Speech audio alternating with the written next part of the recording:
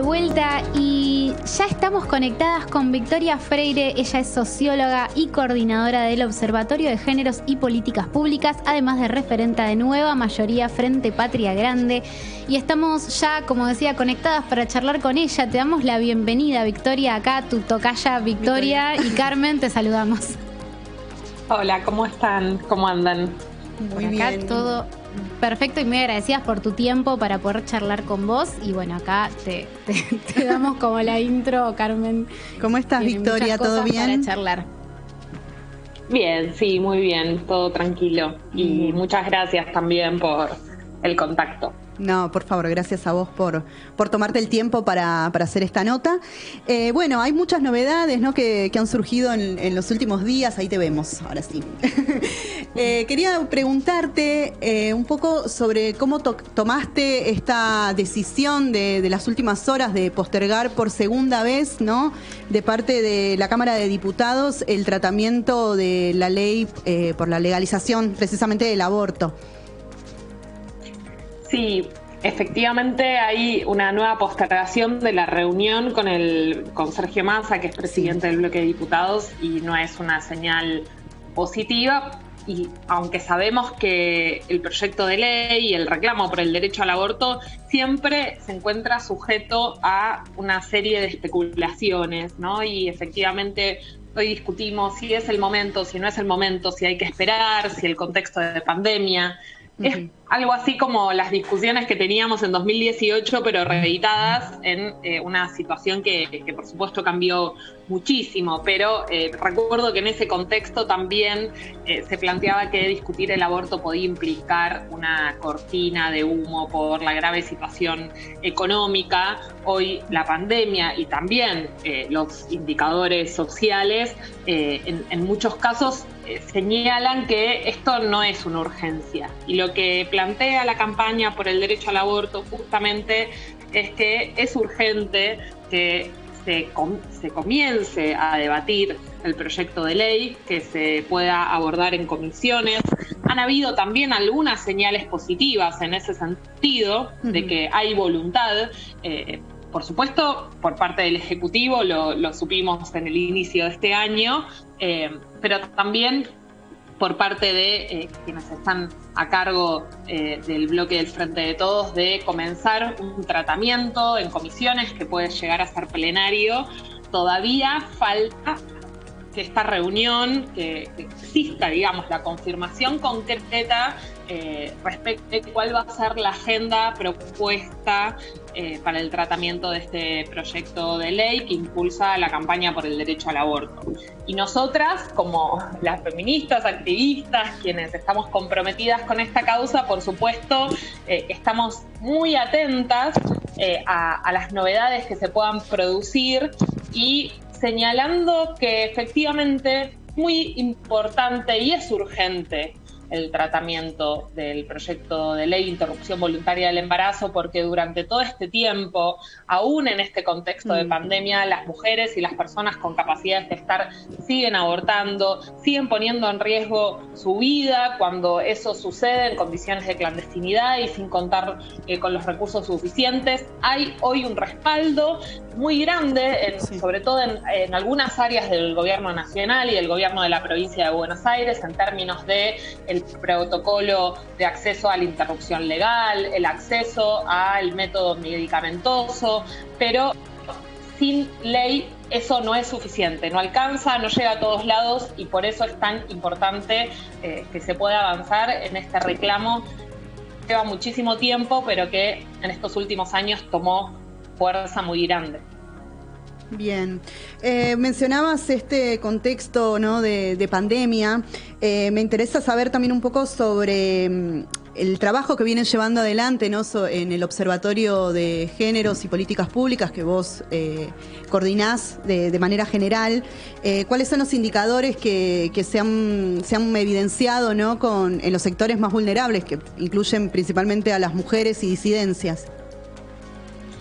Bueno, los indicadores que conocemos, que provienen fundamentalmente de la encuesta permanente de hogares, que mide trimestralmente, mensualmente, los indicadores de pobreza, de trabajo y empleo y desempleo, que son preocupantes. Lo último que sabemos es que hay un 41% de la población a nivel nacional que se encuentra por debajo de la línea de pobreza, que en el caso de las niñeces y las infancias eso llega a casi un 60%, es decir que cuando nosotras señalamos que existe un proceso de feminización de la pobreza, porque efectivamente en los estratos más bajos, si bien esta información, esta encuesta permanente de hogares no diferencia por género, estos indicadores al menos no de pobreza, no los tenemos diferenciados por género, sí sabemos por la misma fuente de información que es el INDEC que son 7 de cada 10 mujeres en el decil de más bajos ingresos, digamos, ¿no? De la población.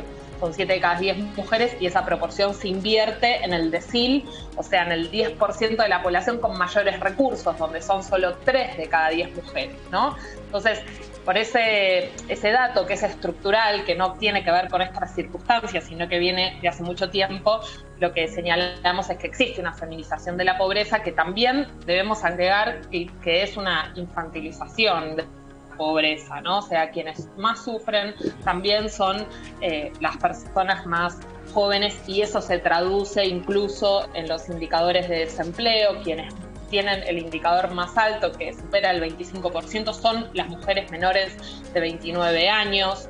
Eso, por supuesto, que está atravesado por un montón de condicionamientos y de cuestiones que tienen que ver con la dificultad de acceder al trabajo, con el problema de la responsabilidad sobre la tarea de cuidados que fundamentalmente llevan adelante, ¿no? Las mujeres, y que eso implica un tiempo de trabajo cotidiano no reconocido ni remunerado. Es parte también de la agenda que comenzó a problematizarse y a identificarse, pero que todavía no tiene un reconocimiento en términos económicos. Por eso creo que en esta circunstancia y con estos indicadores que hablan de la pobreza, que hablan del desempleo, que hablan del tiempo de trabajo no remunerado, uno de los grandes debates que nos interesa instalar tiene que ver con la redistribución de la riqueza, ¿no? Que para cambiar las desigualdades de género es necesario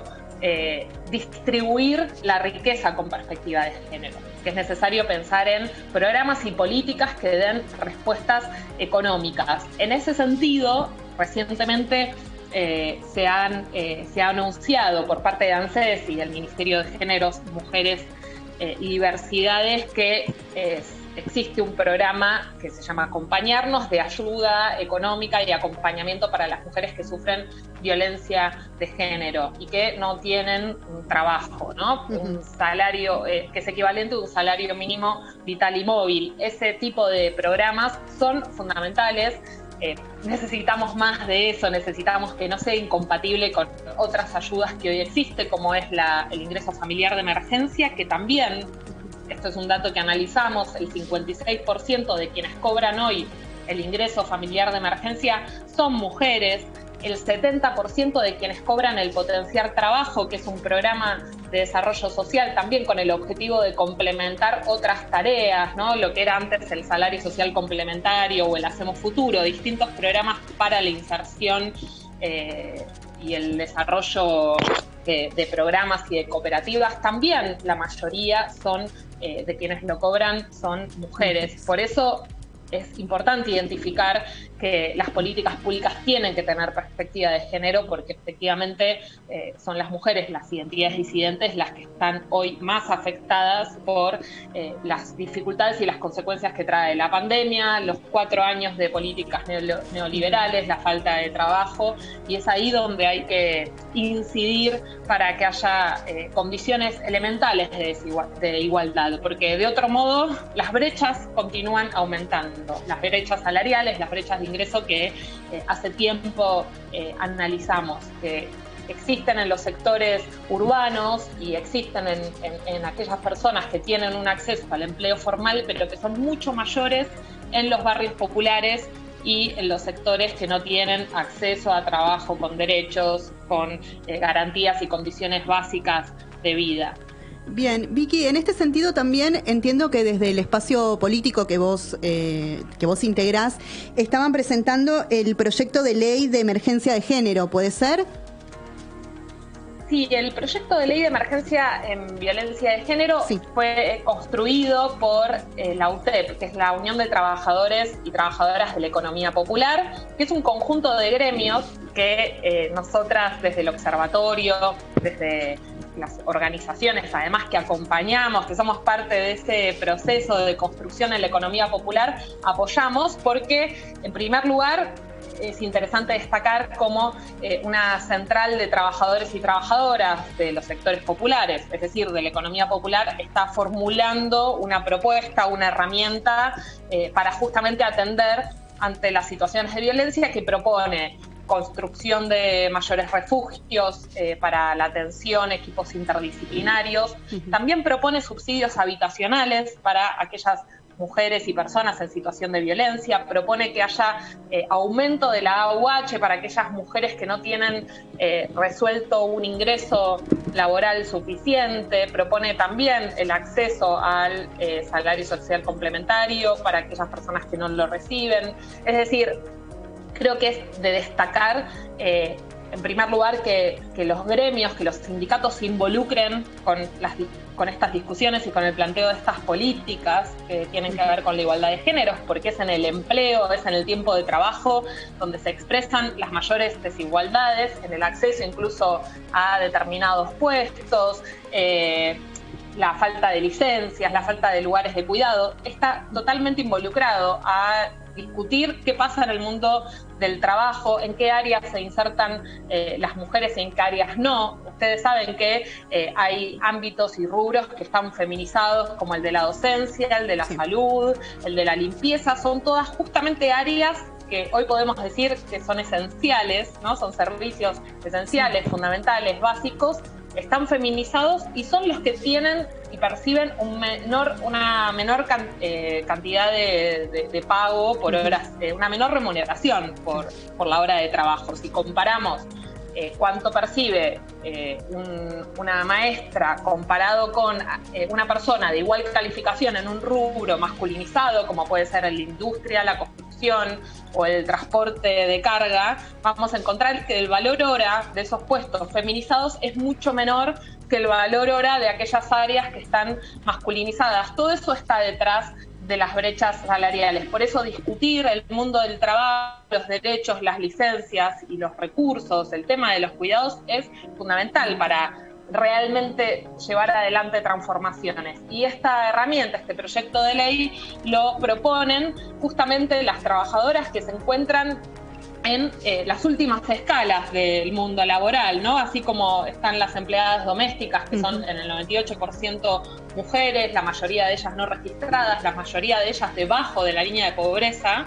Lo mismo ocurre en la economía popular. Hay una amplia mayoría de mujeres en los planes sociales, hay una gran capacidad para inventar el trabajo, ¿no? Y ahí vemos la importancia de los sistemas de reciclado con inclusión social, áreas como el empleo, el trabajo textil, el trabajo rural, son áreas feminizadas, ¿no? Con faltante de derechos, donde la violencia de género, cuando aparece, es muy difícil de abordar, porque efectivamente cuando no hay autonomía económica es muy difícil salir de una situación de violencia, ¿no? Es muy difícil romper con un círculo de violencia, y sobre eso me permito mencionar un caso muy reciente que es muy sensible porque ocurrió justamente en una de las organizaciones que promovió esta propuesta de ley de emergencia en violencia, que fue el femicidio en Jujuy de Roxana, que es una trabajadora del movimiento de trabajadores excluidos de la rama rural, participó de una movilización por un provincia y fue asesinada por su pareja. ¿Se escucha bien? No sé si se cortó la última parte. Hubo un segundo, ¿no? Nada más, pero ahora te estamos escuchando perfecto. A ver. Justo terminé de decir, te estamos escuchando. Bien. Perfecto. Simplemente contaba este caso que fue reciente, que ocurrió hace... A ver, creo, no sé si tendré algún problema de wifi, me estoy trasladando. Está bien, para está que bien. agarre una mejor señal. Está perfecto. Ahí va. Bueno, les comentaba del caso de Roxana, que es una trabajadora de la economía popular, de la rama rural, que participó en Jujuy de una movilización por Ni Una Menos, por un caso de un femicidio que existió en la provincia, y al regresar a su casa fue asesinada por su pareja, que luego se suicidó. Y las compañeras que trabajan en Jujuy, que están movilizadas por los distintos casos de femicidio, están señalando una desprotección absoluta por parte del Estado. Hubieron 6 femicidios en 32 días en la provincia de Jujuy, que es una de las que tiene los indicadores más altos de violencia de género. Y esto lo señalo porque es fundamental, así como existe esta propuesta, que existan otras propuestas de políticas públicas para abordar la violencia de género. No hay forma de erradicar la violencia de género si no existe un compromiso por parte del Estado, por parte de las autoridades públicas, y si no existan herramientas que le den recursos y accesos y patrocinen en términos de la justicia a las personas que menos tienen. Por supuesto que la violencia de género es un fenómeno transversal, pero ataca y deja totalmente desprotegidas a las personas que menos recursos tienen para resolverlo, para irse de su casa, para darle de comer a sus hijos. Y ese es el valor fundamental que tiene este proyecto de ley de emergencia en violencia, que es dar alternativas y herramientas para estos sectores. Bien, clarísimo. Vicky, no quería dejar de preguntarte sobre... Vicky, tomé confianza. Victoria, tengo 2 Vickys acá. No quería dejar de preguntarte sobre, bueno, el tema de las últimas semanas, ¿no?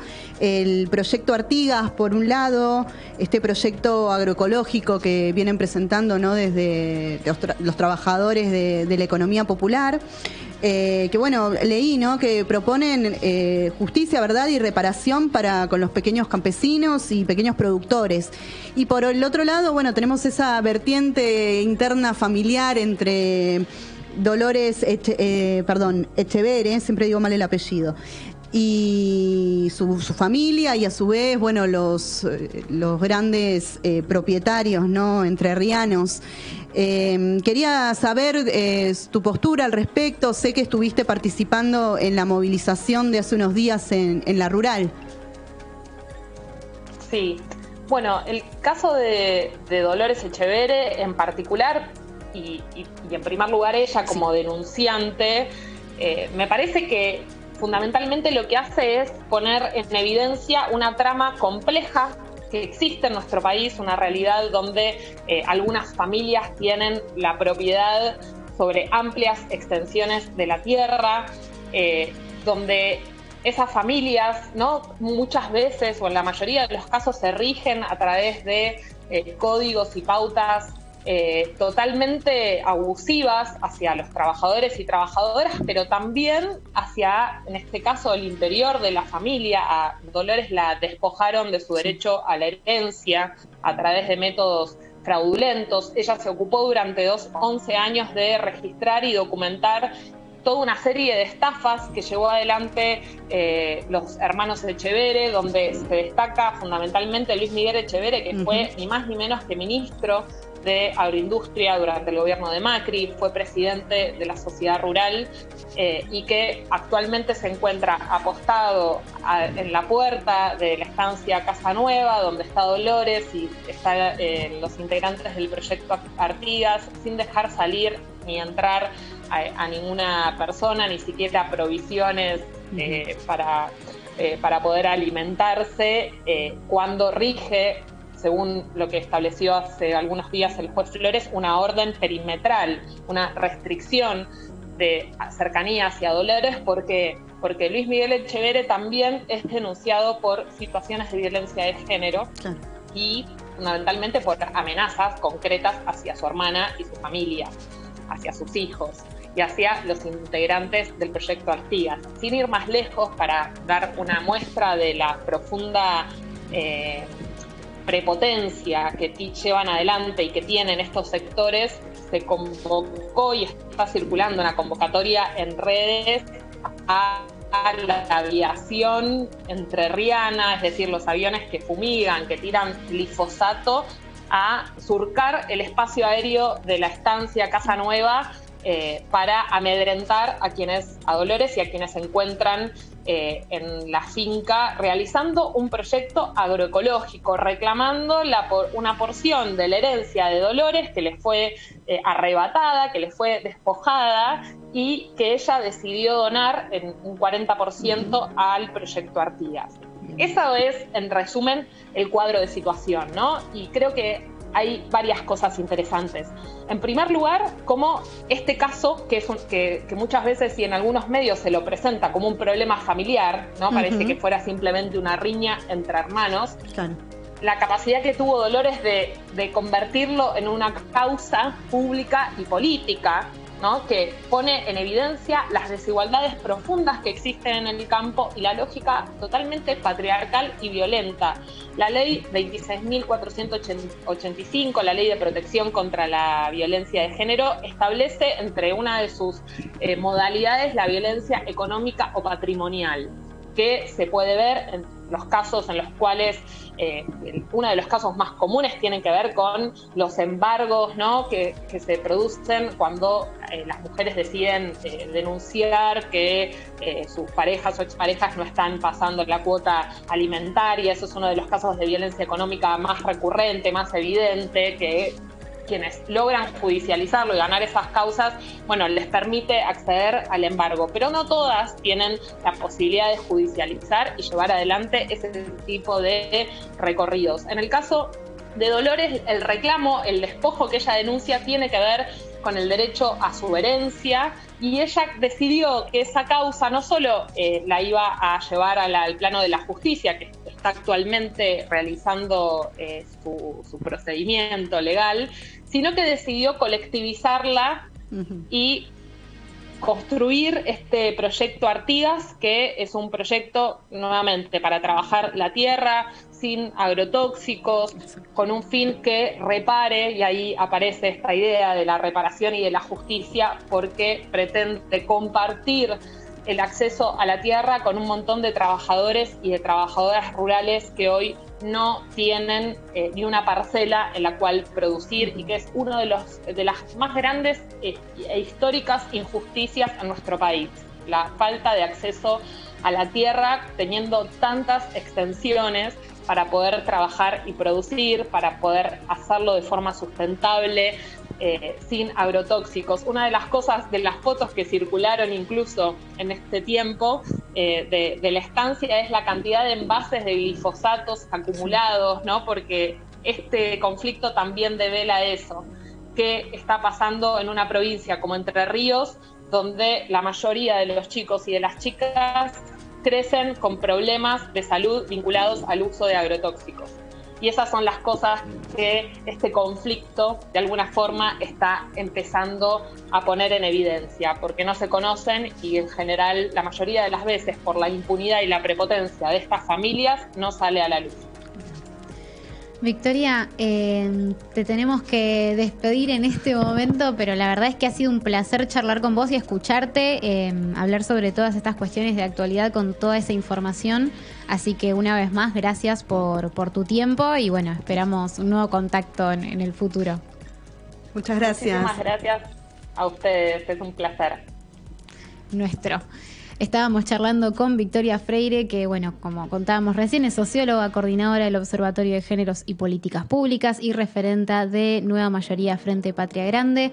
Y esta entrevista la van a poder volver a escuchar en nuestro Instagram TV, en el canal de YouTube, en Mixcloud, en Radio Cat, en un montón de lugares en donde quieran va a estar. Y quiero mandar un saludo, aprovechando esta entrevista, a Historia Itinerante, que nos acaba de escribir por nuestras redes sociales, por Instagram, nuestro Instagram ahora_nosotras, a propósito de la entrevista a Victoria Freire. Así que un saludo y gracias por su comentario. Carmen, antes de ir a la tanda, teníamos alguna así como noticia y punteo como antes de ir algo, una cosita así pequeñita para mencionar de algo que haya estado pasando en estos últimos días. La RAE. Vamos ¿Te a suena? hablar de la RAE, sí. Bueno, está la propuesta sujeta a aprobación de la RAE de incorporar las siguientes palabras: elle, cisgénero y feminazi. Feminazi. Dos para adelante y una para Sí, la verdad. ¿Viste cuando dicen cómo es una de cal, una de arena, dos de cal? Sí, no sé bueno, cómo es el esto, dicho? feminazi, Literal. bueno, sí, parece que lo quieren incorporar. Pero bueno. Te tiro el datito para que lo maneje. Bueno, igualmente, a ver, yo soy muy partidaria de que, digamos, no tiene ningún tipo de importancia, por lo menos en Argentina, lo que diga. Bueno, la RAE. hubo personas, perdón, Sí, hubo diga. personas que hicieron la comparación con esto de que dijo el Papa respecto a los homosexuales que pueden estar en familia y demás. Sí, gracias. Un besito. Gracias, un beso. Sí, pero hasta de último el Papa, digamos, como que tiene una figura que baja a toda la religión en el mundo, pero digo, la RAE es Sí, bueno. allá y en nosotros no tiene nada que ver con nada con nosotros, pero bueno, igual qué sé yo, de alguna manera va a ser muy divertido poder discutir con los que no están a favor del lenguaje inclusivo y argumentan con que la RAE no lo acepta. Va a estar bueno poder decir ahora Vamos sí. a ver si lo aprueban. Vamos igual. a ver qué otro argumento tenés ahora. Así que bueno. Sin decir mucho más, vamos a escuchar la siguiente canción de la jornada, que es Bajan, ¿sí? De Luis Alberto Spinetta. Vamos a escuchar esa canción y volvemos con la entrevista, ¿sí? A Florencia Laforgue. Muy bien.